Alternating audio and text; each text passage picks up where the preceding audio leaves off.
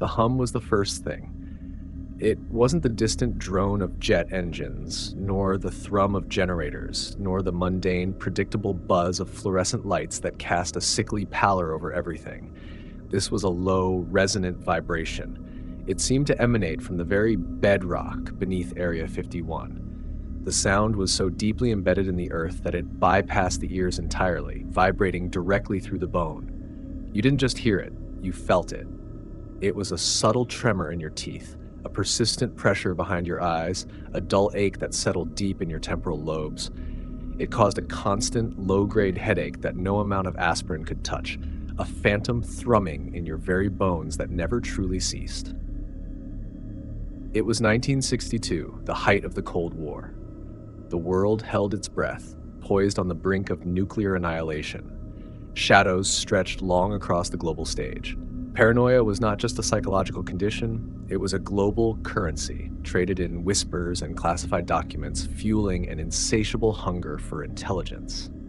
I, Private Daniel Miller, barely 20 years old and fresh out of basic training, a naive boy from a quiet Midwestern town, had just arrived at the most classified military installation on Earth. We were told it was a testing ground for experimental aircraft, a crucible for the future of aerial reconnaissance. We were told the very skies would be conquered by American ingenuity, pushing the boundaries of what was thought possible, that ushering in a new era of technological dominance. We were told the secrecy was for national security, paramount to keeping our cutting-edge technology from the Soviets, our sworn enemies, who lurked in the shadows, always watching, always plotting, always seeking to undermine our way of life to gain any advantage.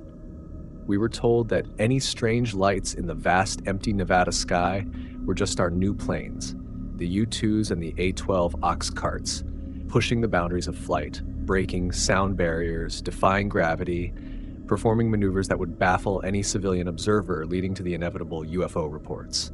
We were told many things. But the hum was never explained. It was a constant, insidious presence, a silent promise that the truth here was not merely classified. It was alive, and it was worse than aliens. Far, far worse. My transfer to Groom Lake, Nevada had been abrupt, almost jarring in its suddenness. It was a bureaucratic whiplash that left me disoriented and slightly bewildered. A terse single-sentence order, stamped with more classified markings than I could count, its black ink stark against the stark white paper, had been slipped under my barracks door one sweltering July morning. The words "immediate transfer, top secret, clearance required" had been enough to send a jolt of both fear and a strange excitement through me. One day, I was a fresh-faced recruit, barely out of basic, assigned to a Mundane supply depot in California. I was dreaming of weekend passes, cold beers, and the simple comforts of civilian life, the familiar rhythm of a world I understood, a world that felt safe and predictable. The next, I was on a windowless C-130 transport plane. The air inside was thick with unspoken questions and the metallic tang of jet fuel. It was a claustrophobic box hurtling towards an unknown destination, flying into a blinding desert sunrise that painted the sky in hues of orange and violent red, a truly apocalyptic palette. The cabin was dimly lit. The only illumination came from the faint, eerie glow of instrument panels and the occasional flicker of a faulty overhead light casting dancing shadows. My fellow passengers were a strange, unsettling mix. Grim-faced scientists with perpetually furrowed brows, their crisp white lab coats pristine despite the journey, clutching briefcases as if they contained the secrets of the universe itself, their eyes holding a distant, almost haunted look. There were taciturn engineers, their eyes distant, as if already lost in complex calculations, their faces etched with a weariness that went beyond mere fatigue, a deep-seated exhaustion that seemed to come from within, from prolonged exposure to something draining. And other young, bewildered soldiers like myself, their faces pale with a mixture of apprehension and forced nonchalance, trying desperately to appear unfazed, to project an air of stoic obedience, a facade that was already beginning to crack. No one spoke. No one made eye contact. It was an unspoken rule, a preemptive silence that settled over us like a shroud. muffling any attempts at conversation, isolating us in our own thoughts, each man a solitary island of fear. The only sound was the relentless drone of the engines and that faint, almost imperceptible hum that I would soon learn was a permanent fixture of this place, a constant companion, an unwelcome guest in the silence, burrowing deep into your consciousness, a low, insidious whisper that never truly ceased, even in the roar of the engines. We landed on a desolate airstrip. The sudden, jarring cessation of engine noise was replaced by the immediate, oppressive heat that shimmered off the cracked asphalt, distorting the horizon into a wavy, dreamlike mirage, a shimmering wall of heat that seemed to swallow the distant mountains, making them ripple like water. The air was thick and still, tasting of dust and ozone, a dry, metallic flavor that coated the tongue, leaving a strange aftertaste. The base itself was a collection of nondescript hangars and low-slung buildings, all painted a uniform, dust-colored beige that blended seamlessly with the barren, ochre landscape, making it almost invisible from a distance, a phantom outpost in a sea of rock and sand, a secret hidden in plain sight. There were no flags, no insignia, no welcoming signs, no comforting symbols of military pride, no grand pronouncements of purpose, just a stark, functional anonymity. Just endless stretches of barbed wire fences, topped with razor wire, glinting menacingly under the harsh, unforgiving sun, stretching as far as the eye could see, a physical manifestation of the base's impenetrable secrecy, a barrier against the unknown. And armed guards.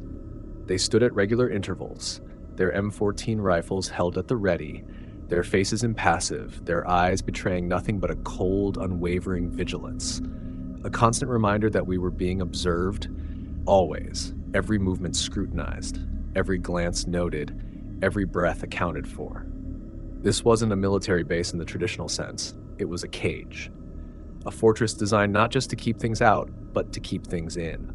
The unspoken implication hung heavy in the air, a chilling premonition of what lay ahead, a dark promise of secrets yet to be revealed, of truths that would shatter the very fabric of my understanding. I was assigned to a logistics unit, tasked with managing supplies for various projects. The very word projects was spoken with a reverence, a hushed awe that hinted at secrets far beyond my pay grade, secrets that felt ancient and dangerous, imbued with an almost mystical power, a forbidden knowledge.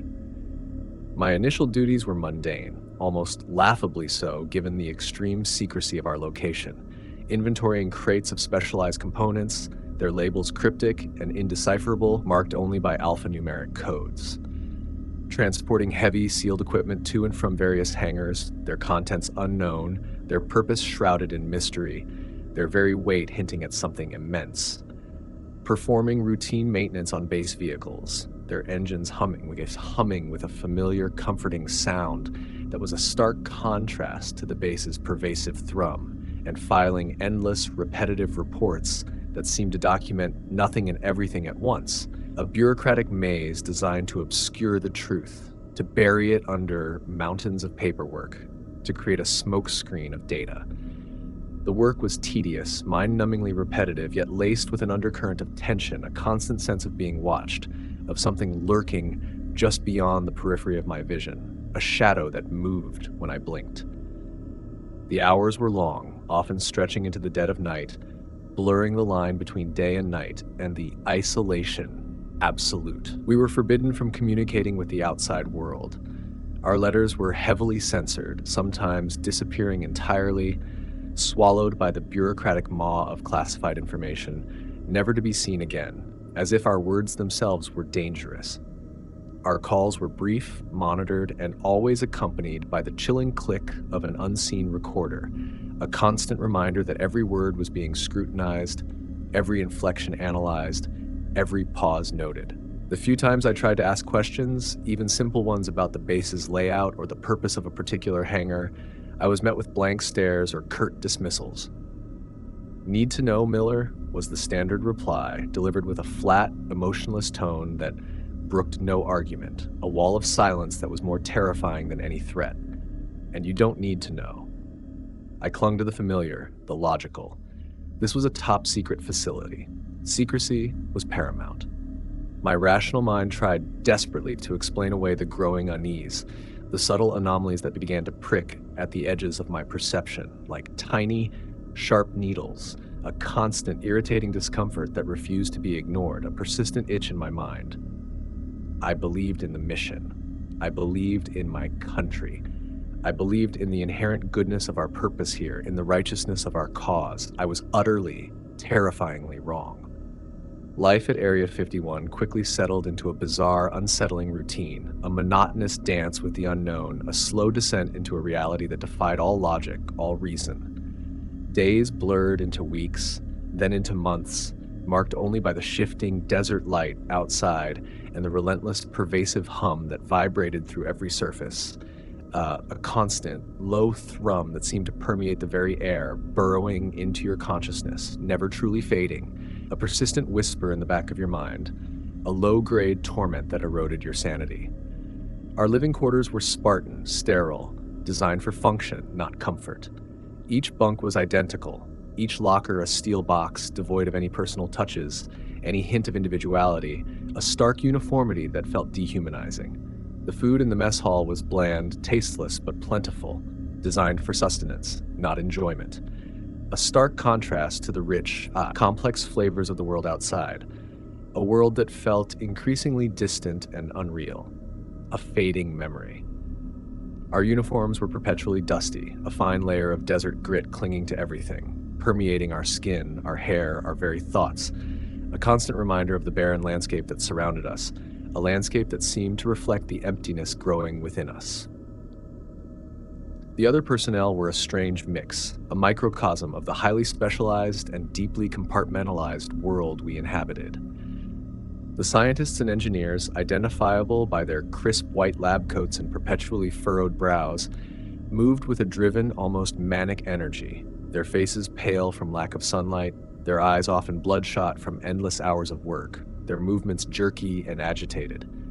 They spoke in hushed tones, their conversations filled with technical jargon and cryptic references to anomalies, energy signatures, containment protocols, dimensional bleed-through, and temporal displacement. Words that hinted at a reality far stranger than anything I could imagine. A reality that was actively being manipulated. The security personnel, always armed, always watchful, were like silent sentinels, their faces impassive, their eyes betraying nothing but a cold, unwavering vigilance, a constant reminder that we were being observed always, every movement scrutinized, every word potentially overheard, every thought perhaps even known, their presence a chilling constant. And then there were us, the support staff, the grunts, the cogs in a machine we didn't understand, a vast, complex mechanism whose purpose remained shrouded in impenetrable secrecy. Its true function hinted at only by the growing unease in the air, a palpable tension that clung to every surface, a sense of impending doom. We were kept on a strict need-to-know basis, our access limited to specific zones, our movements tracked by unseen eyes and ever-present cameras, our lives reduced to a series of tasks without context, without meaning beyond the immediate command, our existence defined by what we were forbidden to know. We worked in shifts, often at odd hours, transporting heavy, sealed crates to and from sealed hangars, guarding empty corridors that stretched into oppressive darkness, filing endless, repetitive reports that seemed to document nothing and everything at once, a bureaucratic maze designed to obscure the truth, to bury it under mountains of meaningless data, to create a labyrinth of lies.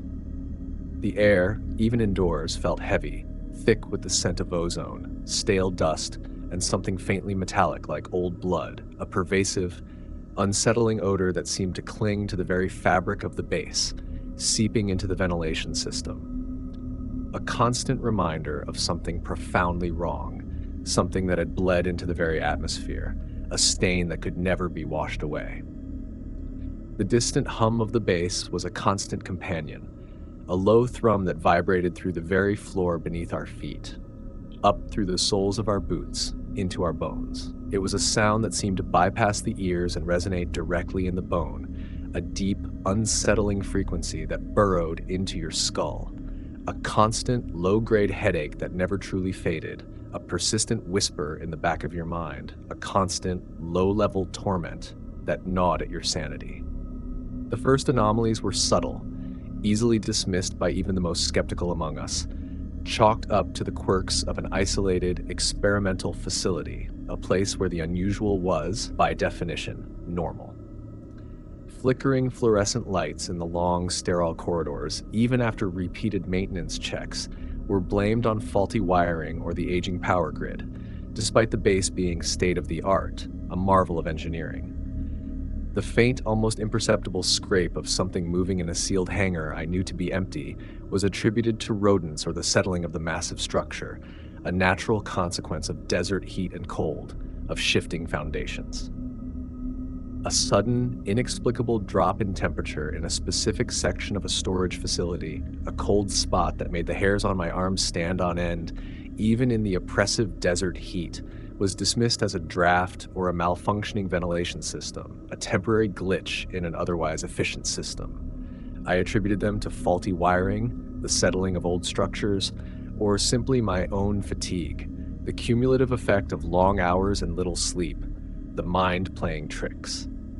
We all did.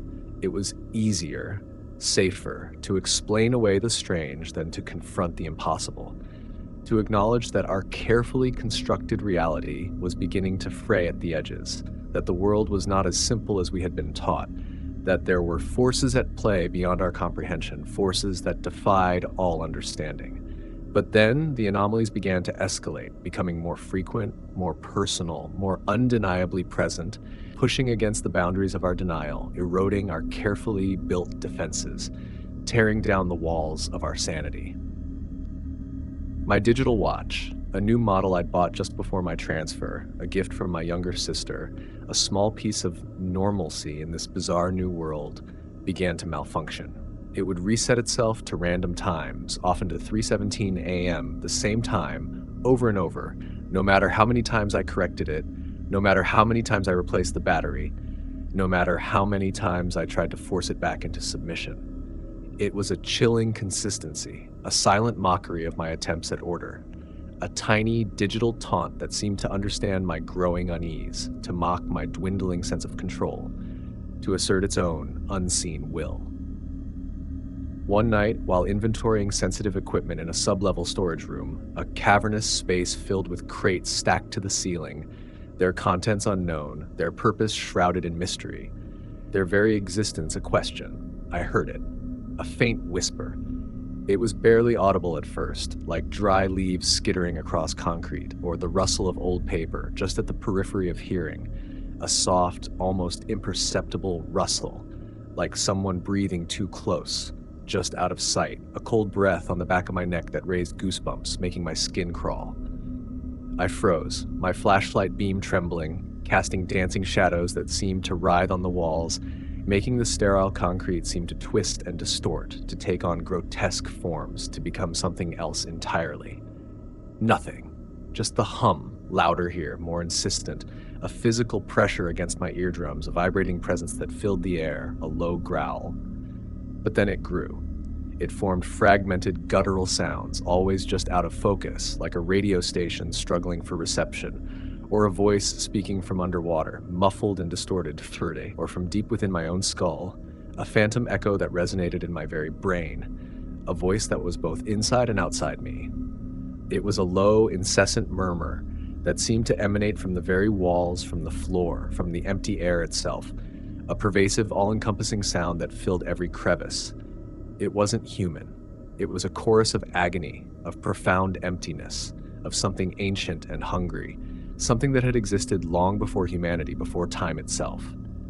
It was a language of pure despair, and it was swirling around me, growing louder, more insistent, more demanding, a swirling vortex of torment that threatened to consume me, to pull me into its depths, to make me one of its own.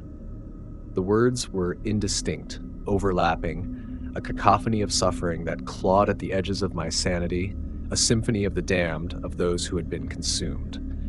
Their voices were a desperate, chilling invitation to join them in their eternal torment, a promise of oblivion that was almost tempting in its finality, a dark siren song that whispered of peace in surrender. It felt like a terrible secret, a dark initiation, a gift I never wanted, a burden that would forever bind me to this place, to its endless, suffocating hum. The psychological toll on the personnel was becoming undeniably evident, a slow, insidious erosion of sanity that crept into every corner of the base, infecting every mind, leaving no one untouched. The forced smiles of the scientists grew thinner, their eyes more distant, their conversations more fragmented, their once brilliant minds seemingly unraveling, succumbing to an unseen pressure. Men grew withdrawn, their eyes haunted, perpetually scanning the shadows, as if expecting something to emerge from the corners of their vision, from the very walls themselves, from the depths of their own minds. They spoke in hushed tones about the hum and the whispers, their voices barely audible, laced with a fear that transcended military discipline, a raw, primal terror that stripped away all pretense of bravado, leaving them exposed and vulnerable.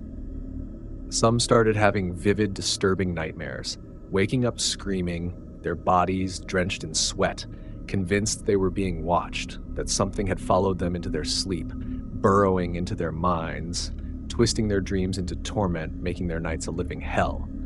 Others developed strange tics, a nervous twitch of the eye, a constant darting of the gaze, a compulsive need to check over their shoulders, a desperate attempt to locate the unseen threat, to find something tangible to fight, to make sense of the incomprehensible.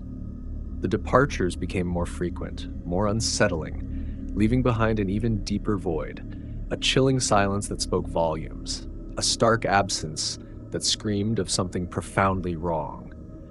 Soldiers and scientists would simply vanish overnight, their bunks stripped clean, their lockers emptied, as if they had never existed, their presence erased from the base's records, their names becoming unspoken taboos, their very existence denied. We were told they were reassigned, transferred to other classified projects, a convenient lie, a flimsy cover story for something far more sinister, a truth too terrifying to acknowledge. But the silence that followed their absence was deafening, a chilling void that spoke of something far more permanent, something irreversible, a finality that chilled me to the bone. No farewells, no goodbyes, just an empty space where a person had been, a chilling reminder of our own precarious existence, a silent warning that resonated with every passing day. I started noticing the changes in myself.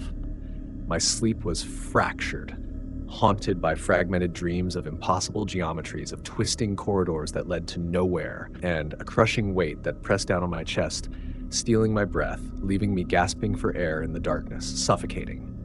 My focus wavered.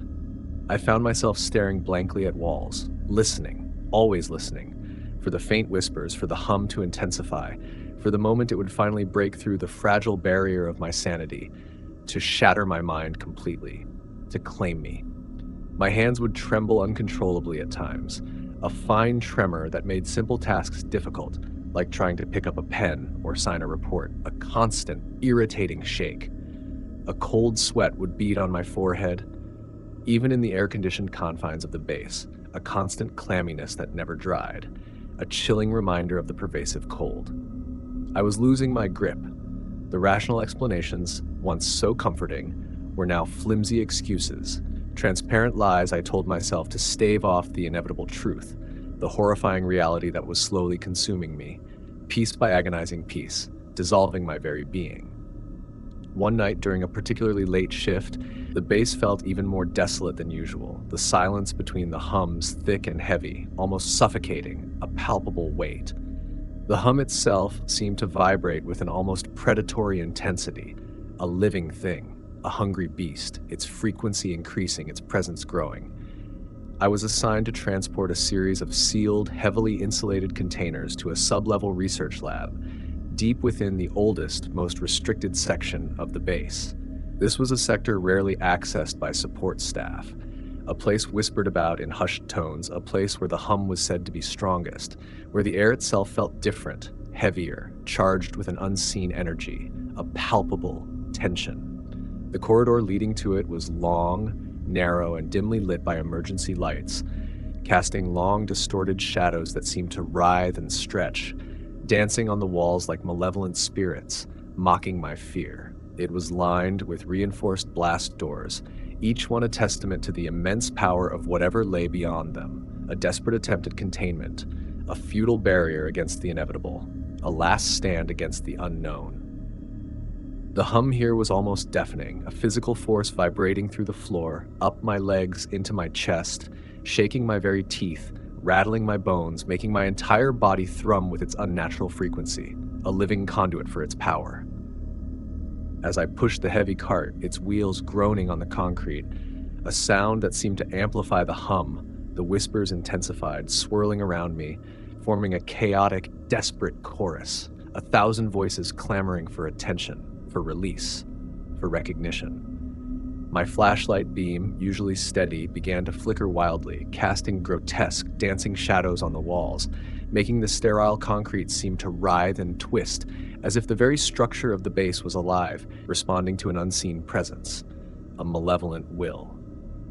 The air grew impossibly cold, a biting, unnatural chill that sucked the warmth directly from my skin, leaving me shivering uncontrollably, my muscles tensing, my teeth chattering, my entire body convulsing.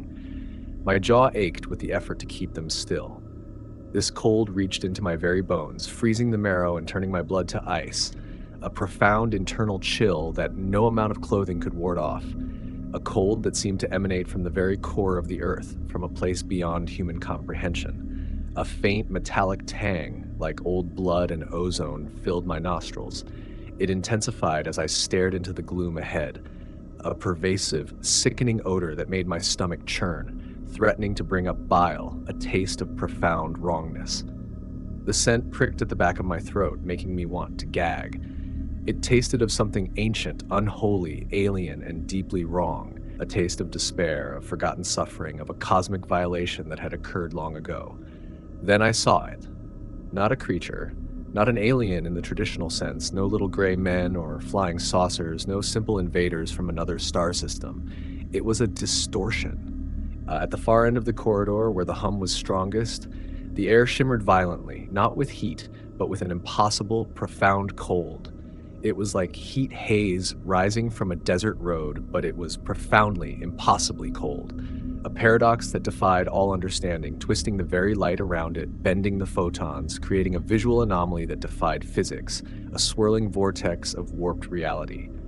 The reinforced concrete walls seemed to bend inward, subtly, impossibly, as if the very fabric of reality was warping under an immense unseen pressure, a pressure that threatened to crush everything in its path, to collapse the very tunnel I stood in, to erase it from existence.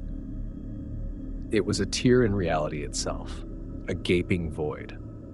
Not black, for black is merely the absence of light, but an absence of everything, a profound nothingness that seemed to drink the very photons from the air, leaving behind an inky, consuming darkness, a literal hole in existence, a portal to oblivion, a gateway to a realm beyond human comprehension.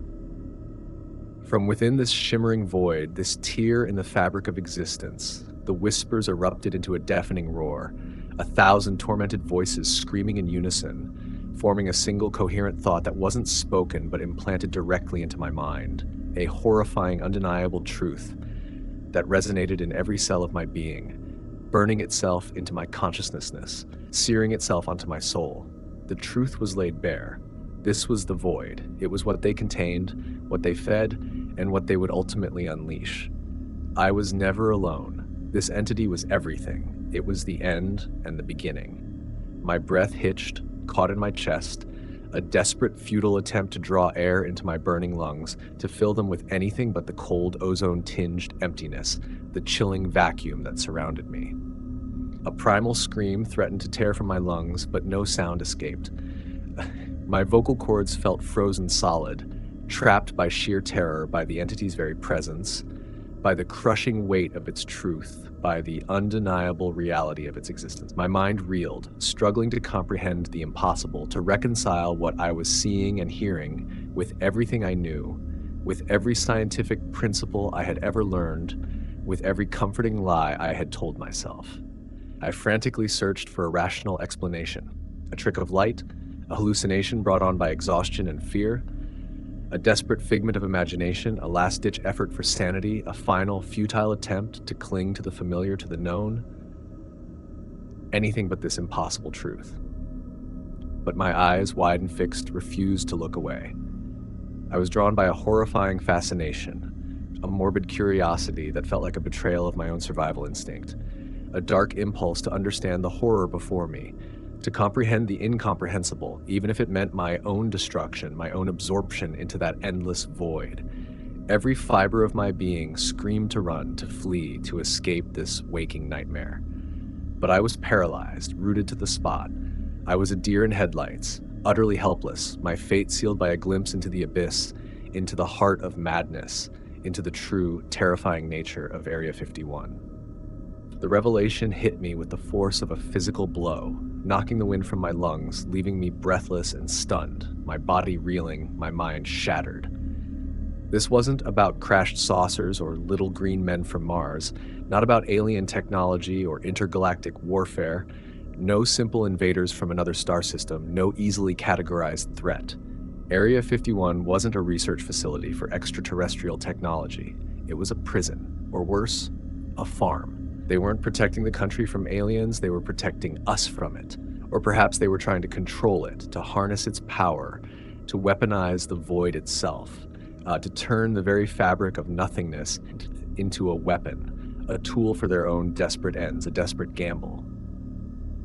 The experiments weren't on alien tech. They were on this phenomenon, on the void itself, on its effects on human minds, on its ability to distort reality, to consume, to erase, to rewrite existence, to bend the very laws of physics.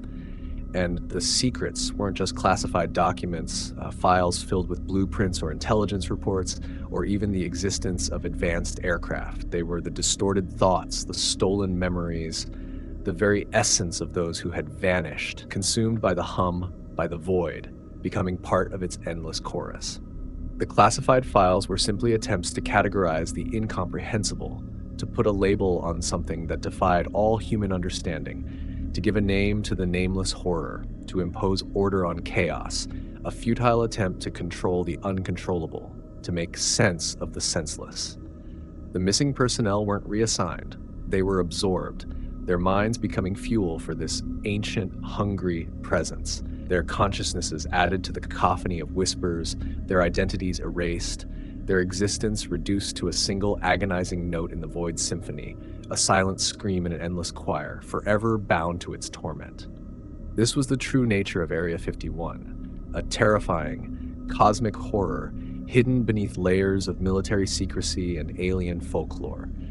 A truth so profound and terrifying that it could shatter the very foundations of human understanding, reducing humanity to mere sustenance. I don't know how I broke free from the paralysis. Perhaps the entity, having delivered its horrifying message, having imprinted its truth upon my mind, simply receded, its purpose fulfilled, its hunger momentarily sated, like a predator withdrawing after a successful hunt, leaving its prey to process the terror. Perhaps my primal fear finally overrode the morbid fascination, a last desperate surge of self-preservation, a flicker of instinct in the face of overwhelming dread, a tiny spark of defiance. I turned, dropping the heavy cart with a deafening clang that echoed strangely in the distorted corridor, a sound that seemed to stretch and warp, a metallic shriek that tore through the oppressive silence, a final, desperate act of defiance against the encroaching madness. I ran. I ran blindly, fueled by pure, unadulterated terror, my legs pumping like pistons, my lungs burning, each breath a desperate gasp for air that felt thin and cold, like breathing liquid nitrogen. The hum intensified behind me, a roaring vortex of sound and cold, a physical presence pressing at my back, urging me forward, a suffocating weight that threatened to crush me, to flatten me into the very floor. The whispers became a deafening cacophony, 1,000 voices screaming my name, beckoning me to join them, to surrender to the quiet, to become one with the void. The voices were a cacophony of agony and despair, a chorus of suffering that clawed at the edges of my sanity. They called to me, promising peace in oblivion, urging me to let go, to join them in the endless quiet. I ran through the labyrinthine corridors, my flashlight beam bouncing wildly, illuminating fleeting glimpses of sterile walls and reinforced doors, each one a potential escape or a dead end, each turn a gamble, a desperate prayer. The air grew impossibly cold, a biting chill that seemed to suck the very warmth from my bones, leaving me numb and aching, my skin prickling with frost, my teeth chattering uncontrollably, my entire body convulsing. I could feel the presence behind me, immense and ancient, pressing in, a suffocating force that stole my breath, a cold hand on my soul, guiding me, pushing me, hurting me towards an unknown fate. I burst through a rarely used service exit, a heavy metal door that groaned on its hinges, protesting its sudden use, stumbling out into the cold desert night. The vast, star-filled sky, usually a source of comfort, a reminder of the infinite, seemed indifferent to my terror, its distant lights offering no solace, only a chilling vastness that mirrored the void I had just witnessed, a cosmic indifference. I didn't stop. I ran until my lungs burned, until my legs screamed in protest, until every muscle in my body seized up, cramping painfully, until I could no longer feel my feet beneath me, until I was nothing but raw, desperate instinct. I ran until I collapsed, gasping for air, miles from the base, hidden in the desolate landscape, my body shaking uncontrollably, convulsing with residual fear, with the aftershocks of pure terror that threatened to tear me apart. I don't know how long I lay there, curled into a fetal position, shivering, my mind a chaotic storm of images and sounds, a broken kaleidoscope of horror, fragments of the void's truth swirling in my consciousness. Hours? Days? Time lost all meaning in the face of such overwhelming terror. A timeless void had touched me, and I was forever marked, irrevocably altered. Eventually, the hum faded, receding to a faint, almost imperceptible thrum, a ghostly echo in the vastness of the desert, a reminder that it was always there, just beyond perception, waiting. The whispers receded, leaving behind a lingering chill that felt permanently etched into my skin, a cold that would never truly leave, a brand upon my soul, a constant internal shiver that would plague me for the rest of my days. I slowly opened my eyes. The sun was rising, painting the sky with colors that felt obscene after the darkness I had witnessed, a mockery of beauty and life, a cruel reminder of a world I no longer fully belonged to, a world that felt fragile and thin, easily shattered. I was still alive. I was still me, but something had fundamentally changed.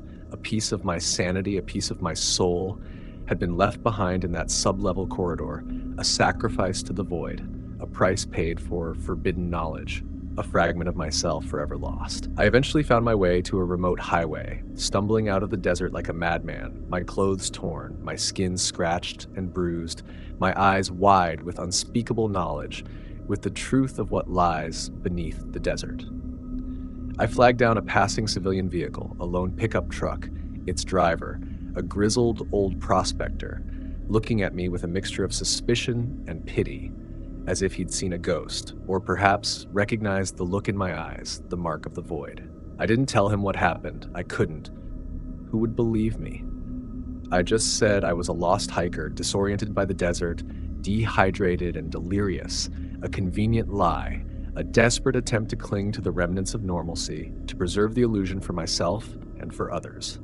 He gave me water, and eventually a ride to the nearest town, a small, dusty outpost that felt like a haven after the horrors of Area 51, a fragile bubble of normalcy that I knew could burst at any moment, that I knew was built on a foundation of lies. I'm home now, thousands of miles away from that desolate base, from the shimmering void and the hum. But the silence in my apartment is never truly silent. I still hear the faint, low hum when I'm alone, a distant, phantom echo that resonates in my bones, a constant reminder of its presence, a whisper from the abyss, a promise of its return. I still feel the cold spots in my apartment, sudden pockets of unnatural chill that raise the hairs on my arms, making me spin around, expecting to see something, to confront the unseen, to find the void staring back from the shadows. I still wake up in a sweat, convinced I can hear the ground outside my window heaving, as if something enormous is shifting just beneath the surface, trying to break free, trying to reach me, trying to reclaim what it touched. Area 51 left its mark. It's a chilling, indelible stain on my mind. It is a permanent scar on my soul. A piece of its endless night followed me home. It will follow me forever. I was stationed at Area 51 in 1962, and the truth was worse than aliens. And I realized I wasn't alone at night. Not anymore. I never will be. The void is still hungry, and I was the one who saw it. It saw me. And it will never forget.